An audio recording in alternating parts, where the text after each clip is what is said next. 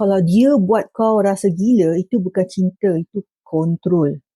Cinta sepatutnya bagi kau tenang, bagi kau rasa selamat, bagi kau ruang untuk jadi diri korang yang sendiri. Tapi dengan dia, kau jadi orang lain. Sikit-sikit kau yang salah, sikit-sikit dia marah, sikit-sikit dia buat muka, sikit-sikit tarik kasih sayang. Hari ni dia baik, esok dia dingin pula. Lusa dia meletup sampai kau sendiri tak boleh nak predict mood dia. Naik turun emosi tu buat kau hilang fokus, hilang diri dan paling bahaya, hilang kewarasan mental.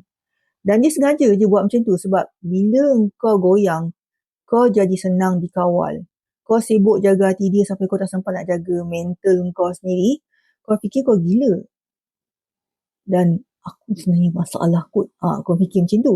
Padahal semula tak lain dan bukan permainan emosi untuk kawal pemikiran korang.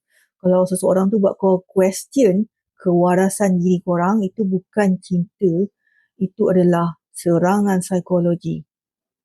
Saya dah buat webinar percuma. Klik link bio dan dapatkan buku saya, Narsisis.